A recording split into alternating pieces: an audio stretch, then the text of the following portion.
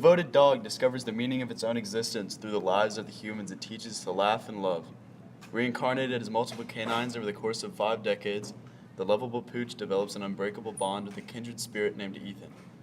As the boy grows older and comes to a crossroad, the dog once again comes back into its life to remind him of his true self. Okay, now for the second part of the segment here, we're just going to be asking some questions and then going in a popcorn style answering. So the first question here is, what is a dog's purpose? Would anybody like to start it off? I would think the dog's purpose in this is relative to its life. For example, when it's Bailey, I think its life purpose is to, kind of comfort Ethan. And then you see as it's transition into Ellie, its purpose is more of like a safe dog and to like help find children and patients and stuff like that.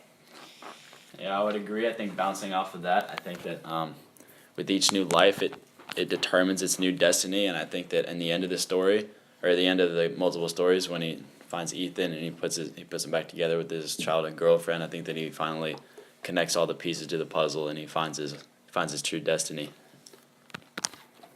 Each life the dog lives can be seen as a symbol for like the meaning of life, as each dog as it like lives finds something else that its meaning is, and it finds a way to help others in its own life. Yeah, and rewinding a little bit, like if you look back towards his life as Toby when he was actually about to die because he was getting put down, he says, "Of all things I'd ever done, making Senora laugh seemed the most important. It was, I reflected, the only thing that gave my life any purpose." And that's on page 54, and that really reflects like how he wanted to comfort people and how, or he/she, really wanted to comfort people and make them comfortable, and that was his whole goal in life. I thought it was also cool how the author like transitioned and like each memory of the past life was kind of like incorporated into like the dog's next life. So like for example, in the transition between Bailey, which was like Ethan's best friend, and Ellie, like the author included a lot of examples of like how Ellie like remembered Ethan and like how she strived to like do her best when the situation was like presented to her. Yeah. All right, so I think pushing forward here, we're going to move on to another question. For the second one, we're going to do, for a dog, what is the difference between obedience and love? That's the first part of the question, and the second part is love different for dogs than what it is for humans? Answering the second part of the question, I think that the love between the dogs and the humans is the same as in the book. Each life that the dog lives, it expresses its feelings for love for each owner, and each owner in turn expresses love for the dog. As when the dog is Ellie, she comforts Officer Jacob while he's at his wife's grave, and he actually is also like receiving the dog's love, and he feels better that he has the dog as like a way of coping with the loss of his wife. I think for part one, for the difference between obedience and love, I think that the dog's definition of obedience is completely different from the human definition of obedience, because especially for dogs that have owners, such as some of Bailey's lives, I think that it's just a usual part of their life. So if the human tells them to do something, they just no questions asked, they just do it. And then love is just kind of like a given as well. But I think that not all humans experience as deep as a love as a dog would experience for an owner. But then again, not all dogs would experience a love for an owner, because not all of them are well cared for.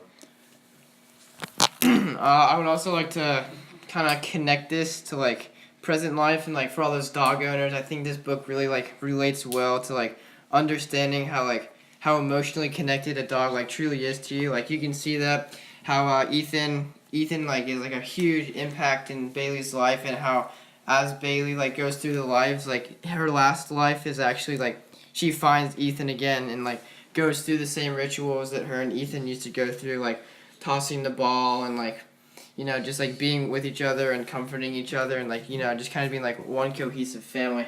Yeah, I think we can bring that back to question one as well. I think that's the final destiny, is to bring two humans together through their love, but also through the love of Ethan and Bailey. Pushing forward, question number 3, how would you describe the dog's voice? How does he narrate the story? Do his thoughts sound like the thoughts of a dog would have?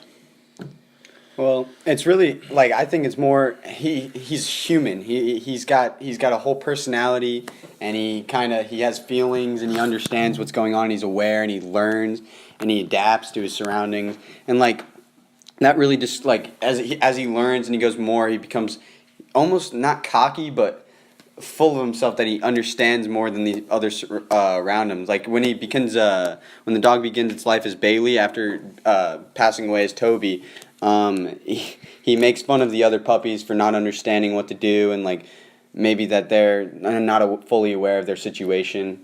But really, I think that's what plays a role in like his voice and mood.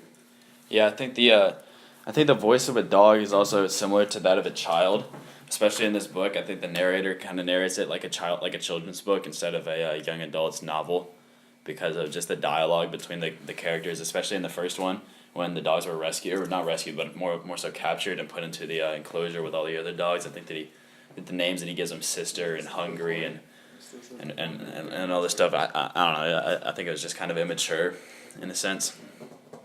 Is that all we got for this question right here? Does anybody have anything else to add? Nah. All right, next question, question 4. Although the dog is a different breed in each life, and sometimes even a different sex, what traits always remain the same? I think the traits that the dog still has love for, like each individual owner, is still the same. Because as the dog passes through each life, it still like wants to be with Ethan and wants to try to find him, and still like sees him as one of its best owners. So I think that's like one of the traits of like loving your owner is one of them. Right. I think another one would be compassion and empathy. I think that throughout all of the lives, Bailey uses these traits to fulfill his destiny. Such as when he was the rescue dog, he had a lot of compassion for his work, and he saved lives with the earthquakes and disasters and all that kind of stuff. And then in the first life, he cared for his brothers and sisters, and he helped them try to fend for themselves, kind of, when mother stopped taking care of them so much, and he helped them, stay away from humans. And in the trash, he helped them feed themselves, and then he also helped them fight Spike, or whatever his name was. I don't remember if it was Spike. Yeah, it was Spike. Yeah, It was Spike. I thought it was also cool how like the love that the dog showed was like present in the love for like his human owner, but like also for like his fellow dogs, and like what Jackson was saying, like how in his first life Toby like had a lot of love for like his sister and for his brother and for his mom. But, like I thought it was also cool how like when his owner like said his name, he got all happy and like wagged his tail and stuff, and like you can see that present like with Ethan and like Ethan's mom, and then eventually like some of his friends. James, I think it was Buttercup or something like that. Is that his friend's name? Yeah. Okay, so yeah, and then like his friends and like his owners just like played a big part like throughout his life and like keeping him happy and like helping to find his like true purpose.